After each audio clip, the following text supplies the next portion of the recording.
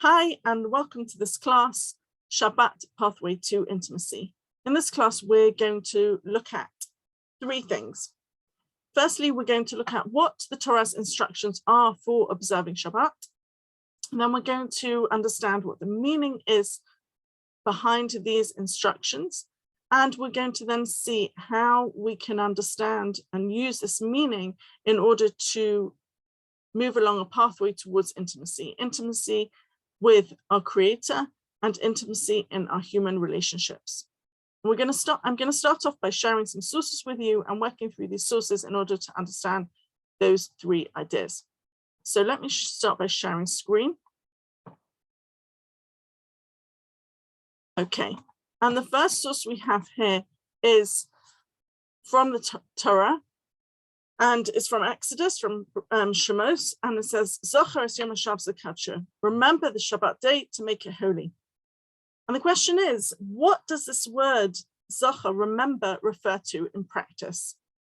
And so we look at the Rambam, and the Rambam says, mitzvah saseimen haTorah lekadesh es yom HaShabbos b'devarim. It is a positive mitzvah, a positive commandment from the Torah to sanctify the Shabbos day with words, Shenema Zocher es yom HaShabbos HaKadosh, as it says in the Torah, remember the Shabbos day to make it holy, Koloma Zachrehu Zechiras Shabbat b'Kiddush, meaning that you remember it by mentioning words of praise and sanctification.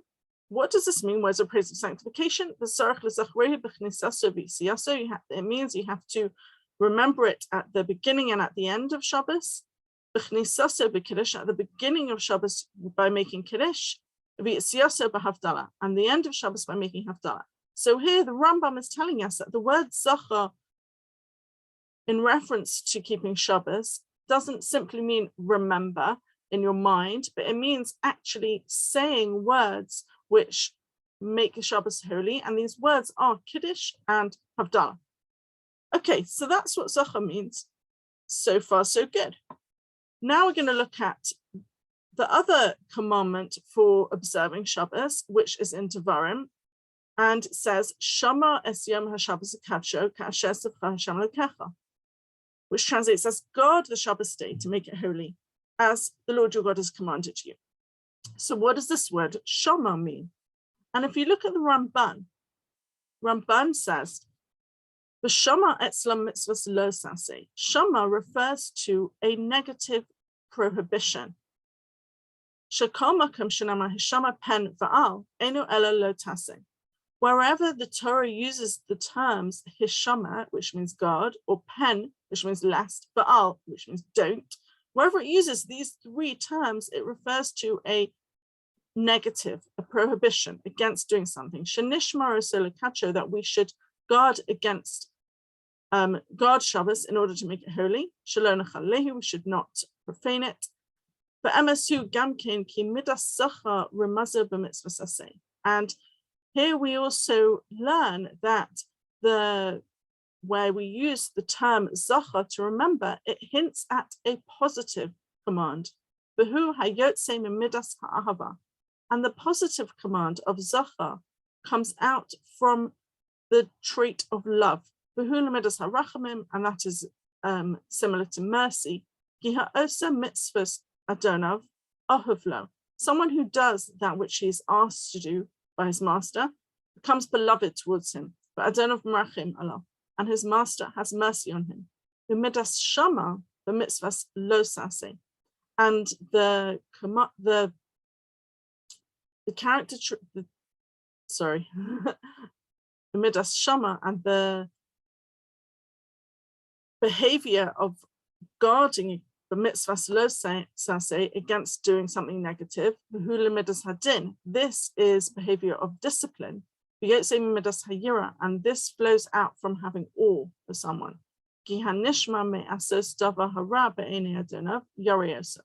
For someone who is careful not to do what is bad in his master's eyes shows that he has awe for him. So what has the Ramban said here? The Ramban has said that Zocher means to have love and to do the positive actions. And Shama means to have awe and not to do the negative actions. So what do we see over here? I'm going to stop sharing for a moment.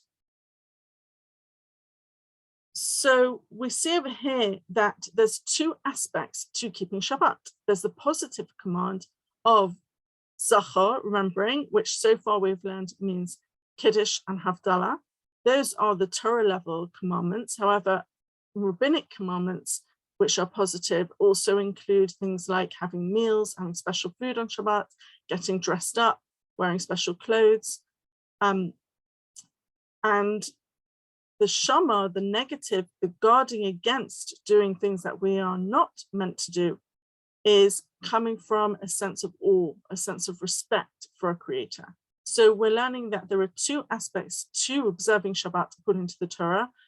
And this is one, on the one hand, we have the positive commandments, the love, the things that we do. And on the other hand, we have the negative commandments, the Zachor, the guarding against doing things that we're not allowed to do. And now we're going to see in source number 5 what this kind of observance is meant to lead towards. Let me just share with you again. So let's scroll down to source number 5. So we see in Exodus, and you may recognize the words from Kiddush, Beini uvein b'nei Yisrael osi le'olam. It is a sign between me and the children of Israel forever. And that is the language that refers to Shabbat. Observance of Shabbat is recognized as a sign between God and ourselves, the Jewish people. It's a sign of our relationship. It's a sign of a close bond. And that is what is created through the observance of Shabbat. So I'm just going to pause sharing for a moment again. So we see that these two aspects, the love on the one hand and the awe or the respect on the other hand, the love, the doing the positive actions, and the respect, refraining from doing negative actions, combine together to create this powerful bond, this powerful relationship between God and ourselves. So, and similar to this actually is the idea of the word mitzvah, which is related to the word sevet. Mitzvah, a commandment, is related to the word sevet, a crew which joins together, meaning that a mitzvah is something that is supposed to be connective, is supposed to be creating a join, a connection between ourselves and our Creator. Okay, so what have we addressed so far? We've answered the question what instructions there are, some of the instructions there are in the Torah around Shabbat, and we've talked a little bit about the meaning of the different instructions. And the question is now, how are these a pathway towards intimacy, which was the title of the class? So firstly, I think it's important to recognize, which many people probably do recognize, is that love is not enough, honestly. If we love someone, we often kind of think, okay, they love me, I love them, so we won't mind. We'll let it go. We'll let it go. You know, he loves me, so he doesn't mind if I forget to take the car to do the MOT. Or she loves me, so it doesn't matter if I, you know, or we love each other, so we understand when we left the dirty dishes in the sink. Now, that's okay, but that has its limits. So if you think about it, you know, if we let everything go and we never make efforts in our relationships and we never show any discipline in our relationships, then we're going to have, you know, two people in a relationship who don't actually make anything happen. They both let everything go because the other one won't mind, and you don't have any order or any structure or any availability for each other because there's no discipline and there's not enough respect. If you think about what happens in a professional relationship, let's say, for example, you go to the doctor, you wait in the waiting room, you come in when you're called, you respect their space, you respect their boundaries. And in our personal relationships, we're not going to have that level of boundary, but we need some level of boundary to demonstrate respect. So we're seeing that Shabbat is giving us a certain kind of model for our relationships in which we have love on the one side and respect on the other side.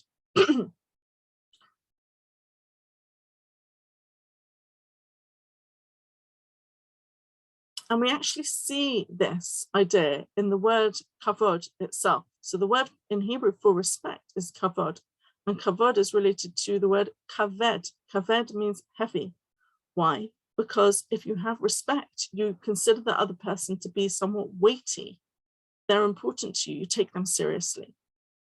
So we actually need two things for respect. One thing that we need is to take the other person seriously. And the other thing we need is to know who they are. Because if I don't know who the other person is, I don't know what is there to respect? They're not going to be the same as me. I need to see their differences, and I need to be able to respect them for their difference, not because they're the same as me. And in order to, and I also, because I want to be able to respect their difference, I have to know what they like and what they dislike, what they want. So I have to know them, and I have to take them seriously.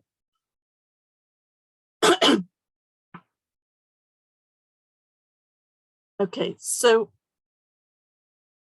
if we're going to talk now, relate back to Shabbat, that Shabbat is a demonstration of our relationship with our Creator.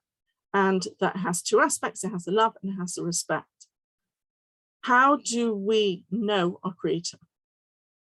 And for this, we're going to think about our God as our Creator, and we're going to look, therefore, at a source about God creating the world. I'm going to share screen.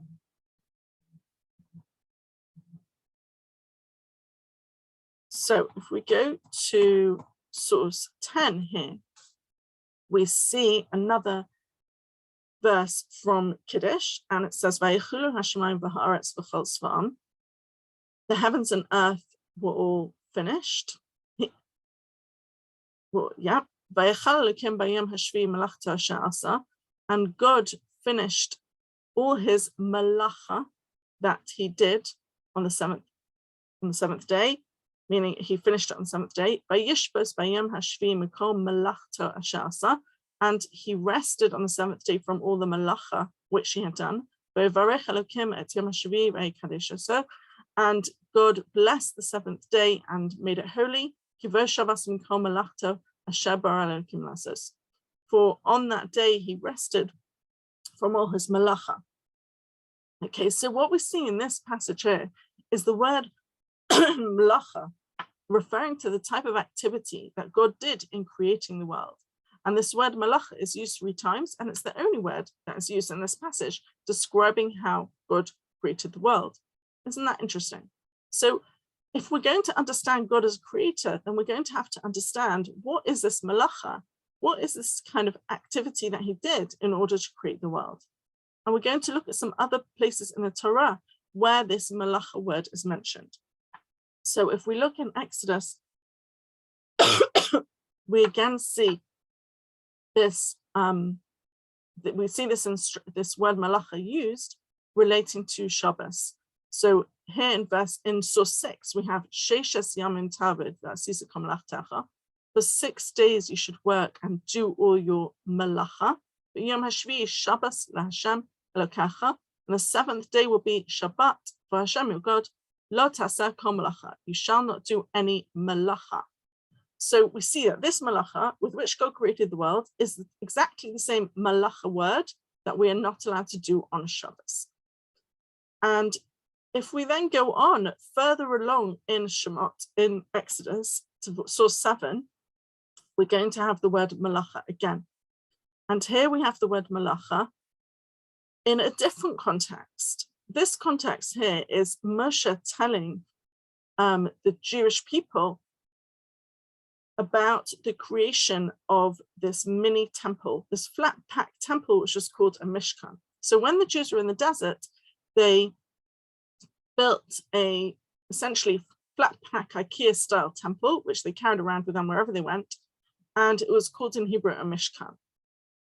And here the verse tells us what type of activity was done in order to create this Mishkan. And it says, Moshe said to the children of Israel, behold, God has called Bezalel from the tribe of Yehudah, and he's filled him with the spirit of God and wisdom and understanding, knowledge, to enable him to do all types of malacha. and also to create plans to work in gold, silver, and brass, and to cut stones, and to do all types of malachat machshavat. So this is really quite intriguing. So we have malacha, which God did to create the world. We have malacha, which is not allowed on Shabbat. We have malacha, which was used to create the Mishkan, which was a type of mini temple. So let me explain a little bit about this. Okay, I'm just going to stop sharing for a little bit, a moment. Okay, so malacha, God used to create the world. That means that this is the creative action. It's the ultimate in creative activity. In fact, if that's how God created the world, it's really, that's it. When it comes to creative activity, that's called malacha. And the idea of the Mishkan was that it was a microcosm of the world, meaning that all types of human activity were used, all types of creative human activity that could exist were used in order to create the Mishkan.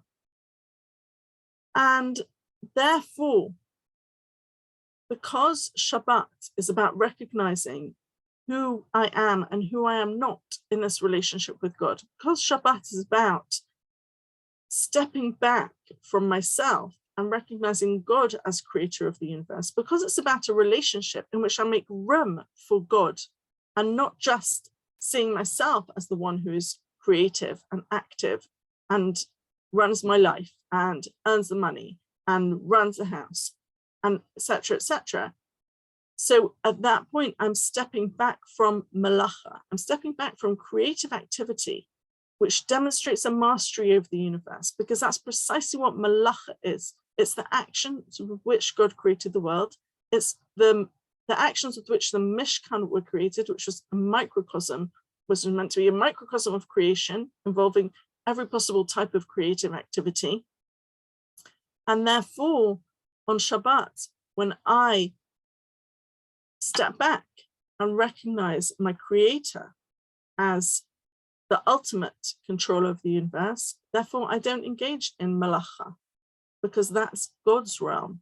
Although we're meant to engage in malacha the other 6 days of the week, on the 7th day, we are meant to step back and remind ourselves that it is God who is running this show. So often people think that the type of things you can't do on Shabbat are work, but actually it's not work, it's creative activity. And now we're just to really get this idea really clear, we're going to look at a source from Rabbi Shimshon Raphael Hirsch. This will be our last source, I think. So here we go. The word malacha appears 200 times in scripture and never once refers to physical labor. The malacha which is forbidden on Shabbat is conceived as the execution of an intelligent purpose by the practical skill of man, meaning any production, creation, or transforming an object for human purposes, but not physical exertion. Even if you tired yourself out the whole day, as long as you produce nothing within the meaning of the term malacha, as long as your activity has not been a constructive exercise of your intelligence, you have produced no malacha. On the other hand, if you have engendered, without the slightest exertion, even the smallest change in an object for human purposes, then you have profaned the Shabbat and undermined your calling as a Jew. So what is that telling us? It illustrates the idea that, turning on a light switch on Shabbat is not allowed, whereas dragging your couches and carrying them upstairs or all around the house is perfectly allowed. One represents a creative activity demonstrating a mastery of the universe, the invention of electricity, and one does not represent any of that. It just represents some physical exertion. Okay, so what have we learned so far? We've seen that Shabbat is comprised of the positive activities demonstrating the love, like Kiddush, like making Havdalah, like wearing special clothes, eating special food, and generally positively enjoying the Shabbat. And it consists of the negative activity, refraining from the negative prohibited activities, which are malacha type activities, which are creative acts demonstrating man's mastery over the universe. So what is the lesson here? We saw that Shabbat is called os, a sign between God and the Jewish people. It's a symbol of our relationship. And here we learn, therefore, the secrets of a long-lasting and enduring intimacy. Relationship between God and the Jewish people is everlasting. Whatever we do, the relationship with God is always there. Yes, Shabbat is a demonstration of our relationship, but whether or not we keep Shabbat, that relationship will be forever. How do we demonstrate? How do we show that we have an enduring relationship? By positively observing the positive mitzvot, as we discussed, and by avoiding the negative mitzvot, meaning that we not only do we do the positive acts which show our love, which are fairly obvious, but we also step back from being a doer and a creator. We listen, we make space for God in our lives. We know what God wants from us by becoming clear on the different malachot that are allowed and are not allowed. And we demonstrate discipline and self-control by avoiding the things that God wishes us to avoid. In our relationships, how do we develop our intimacy? There's on the one hand, the doing, the active giving, demonstrating our love, acts of kindness, thoughtful things, making that phone call, writing that note, preparing that item of food perhaps, or buying that gift, saying I love you, and all the other positive methods we have. But what's just as important is to step back from myself, to actually listen, to be there for the other person, to not do the things the other person doesn't like, to show respect, and to know the other person. What are their likes? What are their dislikes? Become familiar with them. It's actually interesting if you look at John Gottman's work. So he was a famous, he is a famous researcher on marriage and psychologist. And he spent 40 years watching, observing and researching couples until he became able to predict with more than 90% accuracy which couples would divorce within 7 years. After meeting them for only, I think, about 15 minutes. And he wrote a book, The 7 Methods for Making Marriage Work, or something like that, making relationships work. And 2 of his methods are things we've mentioned here today. So the first one that he talks about are, he calls it love maps, enhancing your love maps, meaning knowing the other person. When you know someone really, really intimately, then it creates a much more powerful relationship. And his number 4 on his list of the 7 important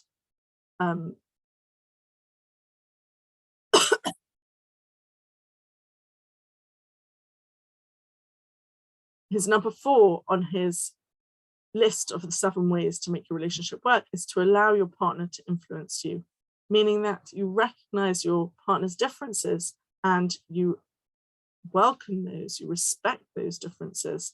You don't try to change them, but rather you adapt yourself and you make yourself familiar with those differences and show respect for them. So we've seen what Shama and Zachar mean. We've seen what malacha means. We have understood how these instructions for Shabbat are a map, a pathway for our own relationships to combine love with knowledge of the other in order to have respect and honor the boundaries, the important boundaries in our relationships. And through doing these, we create an enduring, long-lasting intimacy. So I hope that ShabbatUK will be meaningful for all of you and a paradigm for your own personal relationships. Thank you for listening and watching.